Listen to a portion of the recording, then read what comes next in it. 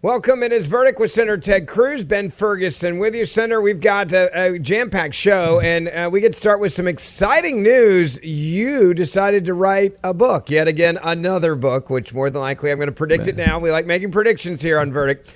I'm going to predict right now, I want it to be clear, on 4/22 of 2026, I am predicting that your book will be a bestseller. That's my confidence in you, so there you go. Well, I appreciate that. So this is book number 5. I am really excited. Books 1 through 4 have all been bestsellers, so I'm hopeful book number 5 will be. And this one is a topic that I'm really excited about. So my latest book is coming out in August, and it is a biography of Justice Clarence Thomas. It is entitled Going Further, The Incomparable Clarence Thomas. And what I try to do is a couple of things. Number one, tell his story. I know Justice Thomas very well. I sat down for extensive one-on-one interviews with Justice Thomas. And so I tell his story because it's an inspirational, it's an incredible story. But I also try to take his jurisprudence and explain it in terms that are real and understandable and make sense to folks. The book is coming out in August. You can pre-order it right now. There's a new website, goingfurther.com. Go to goingfurther.com right now. Pre-order the book. I think you're going to enjoy it. I think this is an important topic, and we're going to talk about it at considerable more length in just a moment. Let me also just talk to you real quick about the incredible work that you guys are involved with the International Fellowship of Christians and Jews and helping so many people in need right now in Israel. Right now, our Jewish friends are feeling forgotten. There's a Jewish woman named Esther I'd like to tell you about, and her home is in Israel. Esther is living through days and nights of fear. Sirens are sounding, rockets screaming through the sky, long stretches spent in a bomb shelter. She's 84 years old. Esther is elderly. She's fragile and all alone. Now imagine that. No help, no food deliveries, no medical care, no one knocking at the door. It's a war zone, but because of friends like you, Esther is not alone. Now, through the IFCJ, they are there, bringing her food, meeting her urgent needs, and reminding Jewish people like Esther, you are not forgotten. In times of fear and uncertainty, your compassion brings hope and real help. Esther asks that you hear these words, quote, "To those who give, you are doing a very great mitzvah, a good deed. You give from your heart. May God protect you." Friends, I want you to know that your gift to God's people is truly hope-giving and life-saving. So if you've not gotten involved with the IFCJ, please do it now and don't wait. Call 888-488-IFCJ right now. That's 888-488-IFCJ. Or go to ifcj.org. That's ifcj.org. So, Senator, this is one of those books that I actually was excited about. I can't remember if it was a year ago, year and a half ago. We were having dinner, and you were basically taking the temperature of like, all right, what do you guys think if I did a book about Clarence Thomas? Yeah. I got excited about it because I know, number one, how much you love Clarence Thomas and how well you know him. Two, that is your just history with the Supreme Court. It's something you genuinely love. You loved your time there when you clerked. You love having many of your best friends involved somehow the court. I think that makes this really exciting. But rarely do you get an opportunity as a senator to then write a book about someone else that you admire in the game of politics. And you kind of got to hit pause and just spend time talking about an amazing man. I'm very lucky. I got to know him when I was much younger, when I was starting out in Washington, D.C., have so much respect for Clarence Thomas. And this is just what a cool story to get to write the book as well. Well, I've been blessed. I've known Justice Thomas for more than 30 years, and I think he is truly an American hero. There's a reason the subtitle of this book is The Incomparable Clarence Thomas, because there's nobody else like him. You know, if you think about someone, number one is life story. Justice Thomas grew up in Pinpoint, Georgia, an incredibly poor rural area. It's an island just off the coast of Georgia. He grew up actually not speaking English, speaking a dialect, either Gullah or Geechee, depending on how you describe it, that was a dialect unique to the area. He grew up in absolute poverty. He was raised by his grandfather. His grandfather raised him as Justice Thomas's autobiography is entitled My Grandfather's Son, and it's one of the best autobiographies I've ever read. I highly recommend it to everyone. He tells his story of coming from nothing, enduring racism, enduring oppression, enduring poverty, and he excelled academically. He initially thought he was going to be a Catholic priest. He went to seminary. His plan was to be a Catholic priest. And then he got disillusioned. He got disillusioned by the church's unwillingness to stand up to racism, to stand up to the incredible racial discrimination we saw in this country. He then went to Holy Cross for college. He went to Yale for law school. He was a young radical. Clarence Thomas was a left-wing, black power radical. In fact, he was part of a riot that happened in Harvard Square when he was a student. He could have easily gotten arrested. He could have easily destroyed his entire career then. He got fortunate that didn't happen. And then the journey he went from being an angry black man, and that's how Clarence Thomas described himself, a left-leaning radical in college, to becoming a conservative, that took years. That took more than a decade. And his journey through going to work for Jack Danforth, who was the Attorney General of Missouri. He was a Republican at the time. Clarence Thomas was not a Republican. He didn't really want to go work for a Republican. But coming out of Yale Law School as a black man in an era of affirmative action, every major law firm he applied to said no. They did not value his degree. He went to work for Jack Danforth. He had an incredible experience. He learned to practice law in Missouri. He enjoyed it a great deal. He then went, after a brief stint at Monsanto, the big chemical company, he went to D.C. to work for Jack Danforth, who got elected to the Senate, and he was a Capitol Hill staffer. And we talk about in the book, I lay out how he ended up being outed in an interview with Juan Williams that he didn't realize he was having. He was going and speaking at a conference, and suddenly Juan Williams wrote a big expose in the Washington Post about this black conservative, and his life changed dramatically. And from there, he went on to be the Assistant Secretary of Education under Ronald Reagan for Civil Rights, and then he became the chairman of the EEOC, which he did nearly 8 years. He then became a federal appellate judge on the D.C. Circuit, and then he became, in his early 40s, a Supreme Court justice, the second black justice in history. And the journey, there is nobody else who has traveled a journey from bleak poverty in Pinpoint, Georgia, to a Supreme Court justice. And Clarence Thomas right now, Ben, do you know that Justice Thomas is 2 years away from being the longest serving Supreme Court justice in the history of the United States? I did not know that. So William O. Douglas right now has that record. Clarence Thomas will surpass that record in 2028. And as I said, I've known him a long time. I admire him. I think he's truly an American hero. And I think his story is inspirational. And I got to say, if the guy were a liberal, he would be venerated. He would be celebrated. Oh, yeah. You would have law countless schools, buildings named after him, and law schools and universities would be clamoring for him to come speak, and he'd be celebrated because he's a minority on the Supreme Court. He would be an icon of icons. That's exactly right. You would have honorary degrees from law schools. You'd have elementary schools named after him. You would have liberal talk show hosts inviting him on and just fawning over him. You'd have them pushing chic attire. Remember Notorious RBG, Notorious. I was literally thinking the same thing. He would be the male version of her, basically. Yes. No. The entire culture would elevate him. The Smithsonian Museum on African American History would have an entire section dedicated to him. Yeah. Instead, because he's a conservative, he has endured enormous racism, enormous vilification, enormous hate, enormous attacks. And I think his story is incredibly consequential, but also his impact on the court is profound. And so about a year and a half ago, I called him up and said, Justice, can I come by the chambers to talk with you? He said, sure.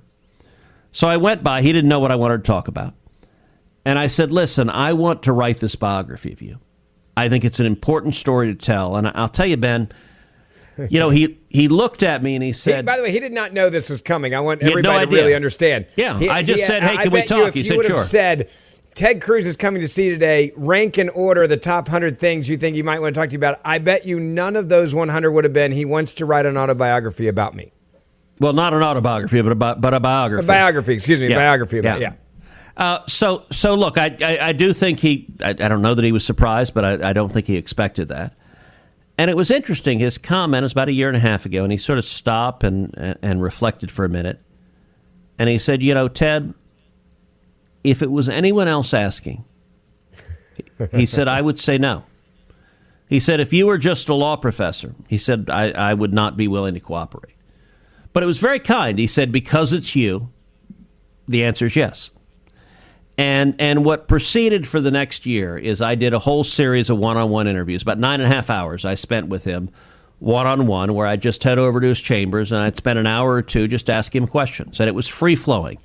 Asking him questions about his life, his childhood, growing up, about the time on the court, about his jurisprudence. And part of what he said is he said, look, your background. So I was the Supreme Court law clerk for Chief Justice Rehnquist. That's when I first got to know him, when I was a law clerk. Then I was a lawyer in private practice. Then I was the Solicitor General of Texas, and my entire career was litigating in front of the Supreme Court. So I argued 9 cases at the Supreme Court. And then, obviously, for the last 14 years, I've been in the Senate and have been on the Senate Judiciary Committee, so I've been part of numerous judicial confirmation hearings, Supreme Court confirmation hearings. And what Justice Thomas said is, he said, look, with your background, I think you can tell this story in a way that is effective. And That's what I awesome. wanted to do, Ben, so as I said, My Grandfather's Son is a fabulous autobiography. So if you just want his life story, go buy that book. It's fabulous. But My Grandfather's Son ends when he goes to the Supreme Court. So what I tried to do with this book is tell his story, but also analyze his jurisprudence, 30 years of Supreme Court opinions, why they mattered, why they were consequential. And what I try to do in the book is explain it in a way that is understandable. You don't have to be a lawyer. You don't have to be a constitutional expert. I try to write every book. As I said, this is book number 5. Every book I've written, I try to write so that a smart high school student can read it and get it and understand it. So you don't have to be an expert, but why does Justice Thomas's jurisprudence matter? And so I try to interweave that and tell that story. As I mentioned, the website is goingfurther.com, goingfurther.com. And I would encourage you, go to the website right now, goingfurther.com, and pre-order the book. The book will come out in August, so if you pre-order it right now, in August when it comes out, it'll be shipped straight to you. It is, I think, a fun read. It's an interesting read. I really, really enjoyed writing this book. You know, it's interesting. I don't think you know this, but the first Supreme Court justice I ever met was Clarence Thomas. I did not know that. And I told him, and I don't think I've ever told you this either, the Clarence Thomas hearings was the first political thing I ever watched in TV. I was, I think, 10 years old. Wasn't it 91? Isn't that right? I think that was the time. It was 91. 91. And by so, the yes. way, for our younger listeners, you may not know this. So George Herbert Walker Bush nominated him to the court. And his confirmation was the most brutal Supreme Court confirmation hearing we've ever seen. Ever. It followed Robert Bork's. Robert Bork's was really ugly and brutal. In fact, Robert Bork's confirmation hearing turned his name into a verb. To bork someone is to attack them unfairly, to go after them, because the Senate Democrats, led by Ted Kennedy, savaged Robert Bork. Clarence Thomas took it to a totally different order of magnitude. So one of the things I do in the book is break down the entire confirmation hearings, the allegations of sexual harassment by Anita Hill. I break them down. And by the way, the Clarence Thomas hearing set the stage for the Brett Kavanaugh impeachment hearings, where they were not impeachment hearings, but confirmation hearings. They felt like impeachment hearings, where they replayed the same playbook, including anonymous allegations that the Democrats had for months. They sat on, they didn't release, and on the eve of the vote, they leaked them to the press to just slander the nominee. And so I walk through, and part of what I do the Brett Kavanaugh confirmation hearing I was intimately involved in. I was on the Senate Judiciary Committee. So part of what I do in the book is draw the parallels between those two, but try to tell the inside story. But for those too young to remember, I will say Clarence Thomas was savaged at a level there have been very few people in public life who ever have. And I got to say, after Donald Trump, I don't think there is anybody the left hates more than Clarence Thomas. And that's part of why I got excited about writing this book, because I've got to say, if you were to pick a role model, someone to say, I want to be like that person. Yeah. I am hard-pressed to find a better example than Clarence Thomas for someone deeply principled. And by the way, his journey, he didn't arrive at his beliefs and principles today. It took him decades to get there, but it was a commitment to truth, and it was a perseverance that I am going to stick to truth even if the whole world comes crashing down upon me, even if I'm criticized. So many people in public life, when they're criticized, they give in, they surrender, they give up everything they believe. Clarence Thomas has not. He will go down in history as one of the most consequential Supreme Court justices to ever live. And I got to say, let's say you're a young person right now. Maybe you don't want to be a lawyer. You don't want to be a judge. Maybe you want to be, I don't know, you want to be an accountant. You want to be a business person. You want to be a nurse. I don't know what you want to be. Clarence Thomas is a role model of what it means to live a principled life. And that's why I got excited about telling this story, because I don't think this story has been told in a long time in a way that is effective and communicates. And so, again, I would encourage you, go to goingfurther.com. You can pre-order the book. I think you're going to like it. It's a fun book. It's readable. It's understandable. I've got lots of stories about that Justice Thomas has not told previously about the inside. I was going to ask for a tease. Give us one little thing that even you learned that was surprising to you that you put in the book. Look, we will get to more teases in the weeks and months to come. No, I like this. He's selling right now. I like this. This is good. This is salesmanship. What I will say, all right, last week, Clarence Thomas gave a speech at the University of Texas. Yeah. And the speech was positively magisterial. In fact, I texted Justice Thomas and I told him, thank you. That was an important speech. It was beautifully done. I want to play a minute of the speech so you can hear, because this really sort of encapsulates who he is. I was proud of UT for inviting him. I think the student body, those in attendance, were enraptured. Give a listen to what Justice Thomas said last week in his speech at UT. There isn't a single judge I know who does hard things because they get joy out of it. They do hard things because they signed up to do hard things. And they may not agree with it, and it may be difficult. They may think it's not a great law, but their job as Article III judges is to enforce the law, to interpret it and to apply it to that particular case. When I first became a judge, Judge Larry Silverman, who's unfortunately passed away, said, ask yourself before each case, what is my role in this case as a judge? Notice how that limits you, not as a person, not as a Catholic, not as a policymaker, not as a husband, as a judge. And that is early on, that required more discipline. More discipline. That's a great way of putting that from Clarence Thomas there. And I you said earlier, being a kid in the audience at UT, getting to hear this conversation, truly an incredible moment. And I will say, when he's talking about being a judge and more discipline, a lot of what I talk about in the book is his approach to being a judge. And it's very much, look, his grandfather, he was raised by his grandfather. His grandfather worked him hard. Yeah. He worked delivering fuel oil. He worked on the farm. He helped build their home on the farm. He worked his fingers literally bloody. His grandfather, during the bitter cold of the winter, would not let Clarence Thomas wear gloves because he thought gloves made you soft. He wanted to make him strong and tough and disciplined. And part of what Clarence Thomas does. He did it, by the way. I mean, he did. The School of Hard Knocks mentality behind a lot of great men, they had really tough people in their life that made them into great men. And that's an example of that. Well, and Clarence Thomas had enormous expectations on him. And his approach to being a justice, there are a lot of justices who use much more highfalutin rhetoric. You look at Clarence Thomas' opinions, they're plain spoken, they're very matter of fact, that they are designed so they can be read by every man. So they can, and look, he was growing up in Georgia with a lot of poor African Americans surrounding them, many of whom were illiterate. His grandparents who raised him were almost functionally illiterate. They had very limited reading skills. And so he tries to write his opinions in a way that they are accessible, they're straightforward, and he approaches each opinion. I use the analogy in the book. It's like a carpenter. It's like someone building a home. He lays the foundation. He frames the house. He does it piece after piece, trying to get to the truth. And the title of the book, Going Further.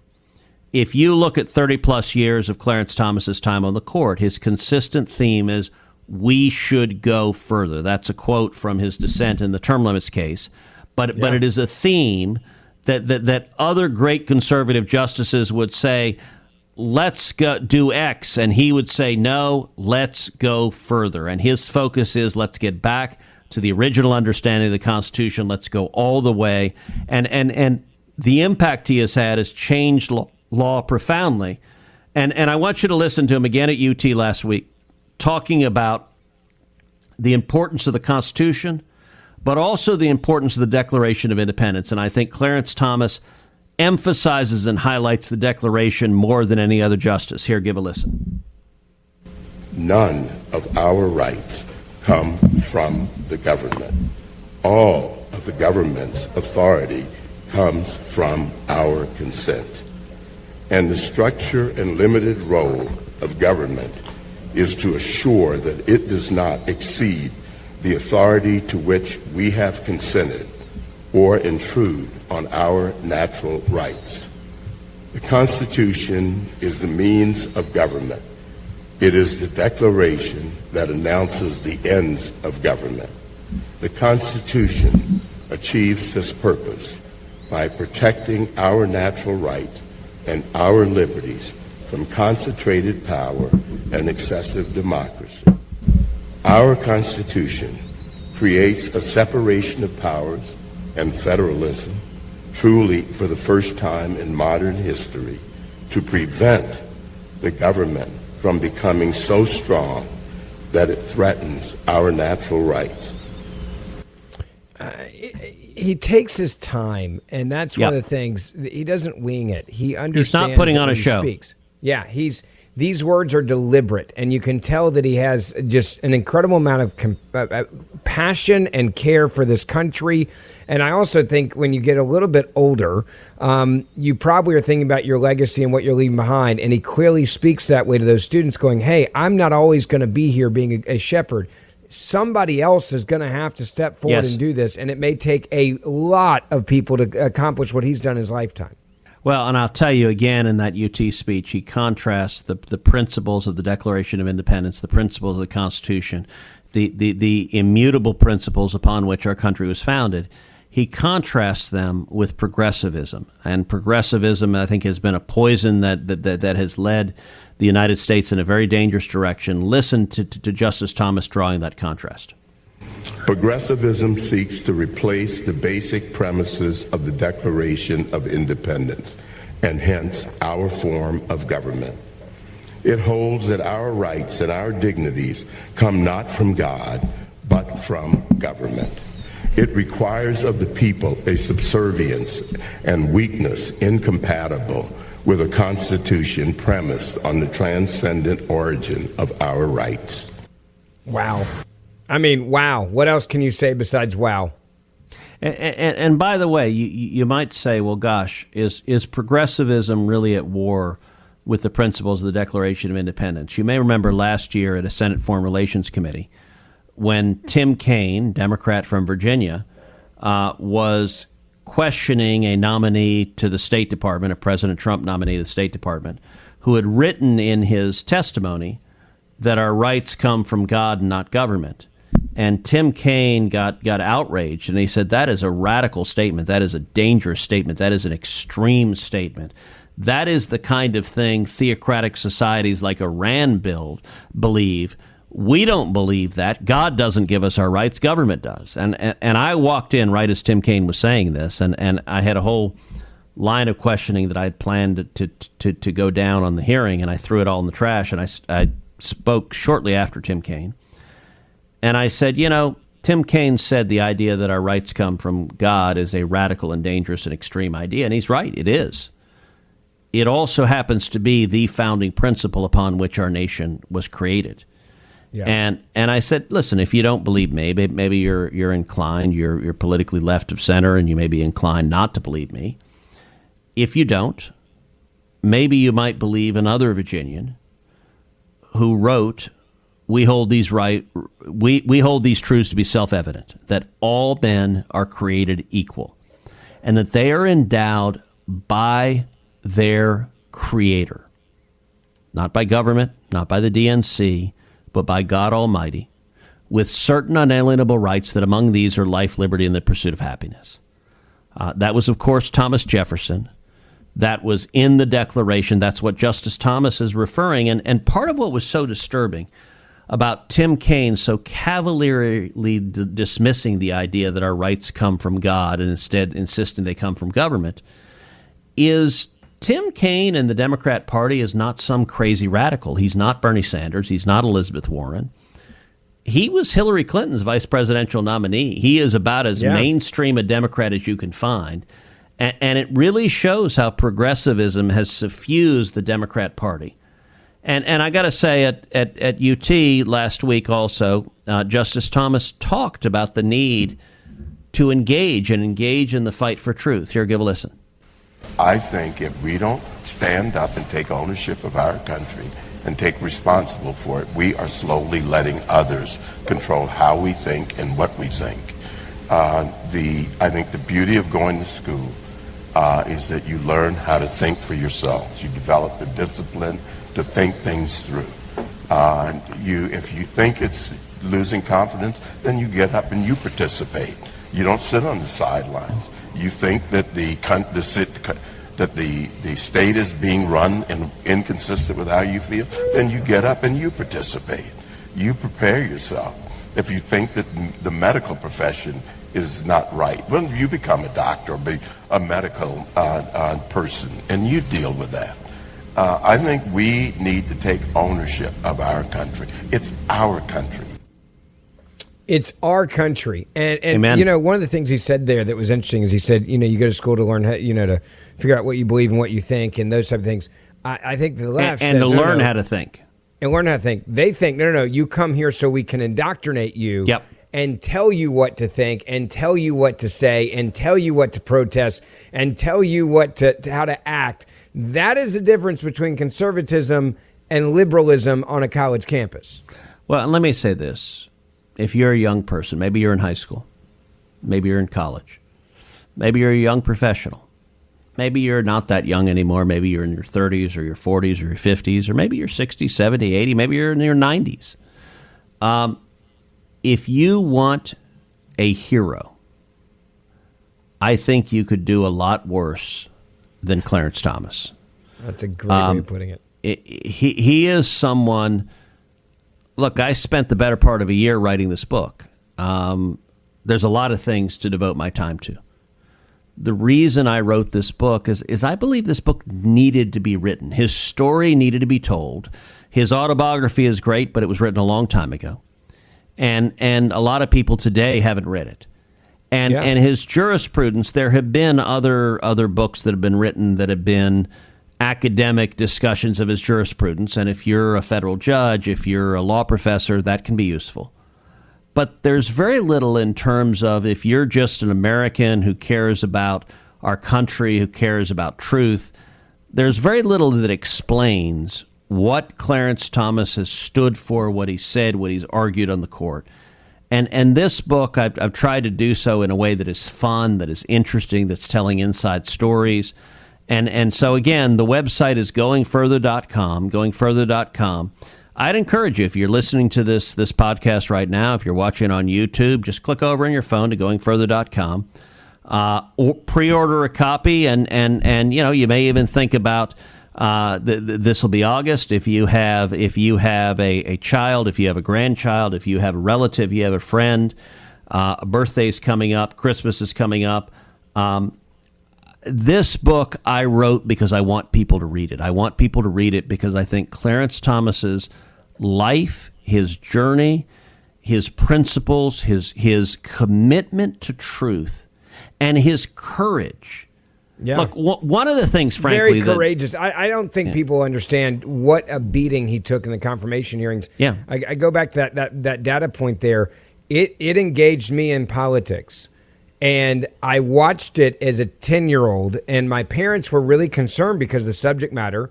But Yeah. they thought it was important for me to see, I was homeschooled at the time, what a confirmation hearing looked like, but also how, like, there's good and evil in the world. And I think my parents were understanding that I was learning that there is evil and there is good. And I became not only a fan of his, but I also fell in love with the political process from watching it, saying, I want to stand up to those people that are trying to destroy his life. And that's what I want to do with my life. And that was a very pivotal moment when I was 10 years old, because 2 years later, it became in talk shows. Yeah, look, I remember it was 1991 during his confirmation hearing. I was in college. And I remember a good friend of mine who lived down the hall from me coming in and just being like, Ted, our guy is on the ropes. And it was brutal. I mean, they were savaging him at a level that conventional wisdom was, this guy's going to crumble. He's not going to last. The president, George Herbert Walker Bush, he's going to lose faith and withdraw him. That could easily have happened. I think the Democrats were shocked that they did not destroy him with the assault they brought. And by the way, ever since he went to the court, he's been there over 30 years. And the left hates him with a venom. They accuse him of being stupid. They accuse him of following white men. They accuse him of just doing what Antonin Scalia does. There is a bigotry and racism from the left that is nasty. Listen, Antonin Scalia was a rock-rib conservative. And yet the left did not heap the hatred. And there is a sense from the left, Clarence Thomas, as a black man, is not allowed to be a conservative. He is a traitor to his race for daring to have conservative beliefs. And I admire people who endure adversity and who persevere, who stay true to their principles. And so this book is really trying to tell the story in a way that I hope inspires you, and I hope inspires you in your life. Listen, I will say, the folks that listen to Verdict, we have millions of people that listen to this podcast. And I get the chance, you do too, Ben, all across the country. We meet Verdict listeners who come up. They say, I love the podcast. I listen to it. It informs me. I wrote this book because knowing our Verdict listeners, I believe if you know who Clarence Thomas is, what he has endured, what he has stood for, and the journey he has traveled, that it will inspire you because it inspires me. That's why I wrote the book, and I think it'll be. I think it's a fun book. It's an interesting book. You know, a bunch of the guys in my team, they read it. I've written 5 books. I had several people who said when they read it, they said, I think this is the best book you've ever written. It's the most interesting. It's just fun and interesting to read. I hope that's right. I hope people enjoy it. Well, it's going to be cool. And your homework, as I describe it, is, hey, you got till August till the book comes out. You can pre-order it now, goingfurther.com. But I would challenge everybody. I'm going to be one of those. I've never read Clarence Thomas's autobiography. So I would say you got till August to read that. You pick up the story where that ends, in essence. It's the single best autobiography I've ever read. It was also excruciatingly painful for Justice Thomas to write. One of the things he shared, look, this book is based on 9.5 hours of one-on-one exclusive interviews, and he shared he doesn't intend to write another autobiography. He doesn't want to tell his own story because he had to relive really painful chapters. And in particular, his relationship with his grandfather. He was a very hard man. He was a strong man. but for a substantial chunk of their lives, they were estranged. And he goes through those painful chapters where at one point his grandfather threw him out of the house and said, "You can't come in here anymore." And he details that, wow. and I tell that story too. But it made Clarence Thomas into the man he was, and he had periods where he struggled. His first marriage did not succeed. He struggled for a period of time with drinking. He was angry. He had rage for many years, and how he dealt with that, how he dealt with the rage, and the rage at racial bigotry. And a lot of what I talk about in the book is Justice Thomas's views on race, where he has been the most powerful and eloquent proponent of a colorblind constitution that our country's ever seen, of not having government discriminate based on race. And as an African American, look, one story he describes is when he was in the Reagan administration and he was head of the EEOC, he was hauled to a meeting at the White House, and a White House staffer said, "Here's what you got to do." And Clarence Thomas responded, "There are only two things I got to do: die and be black." Like, that is Clarence Thomas. He is tough and strong and unshakable, and the entire world can pound down upon him, and he will stand strong and resolute. There you go. Grab the book again online. You can pre-order it. Goingfurther.com. That's goingfurther.com. And obviously you can get Clarence Thomas's autobiography, I'm sure, online, Amazon, wherever you get your books, and grab both those. It's going to be really cool. What a fun show. I love getting to hit pause to sometimes for the news of the day to talk about really important things like this. I hope it inspires people to get the book, get it for your kids, get it for your grandkids. I got my summer reading list now. I'm expecting my advanced copy so I can use it on summer vacation before August. And it should be signed, of course. So that we'll make sure we do that. But grab it. Again, goingfurther.com. Ben, I can promise you yours will be signed to whom it may concern. Thank you. That's so kind of you. To whom it may concern. Well played. All right. Well, Senator, I will see you back here Friday morning for the next episode. Have a great day until then.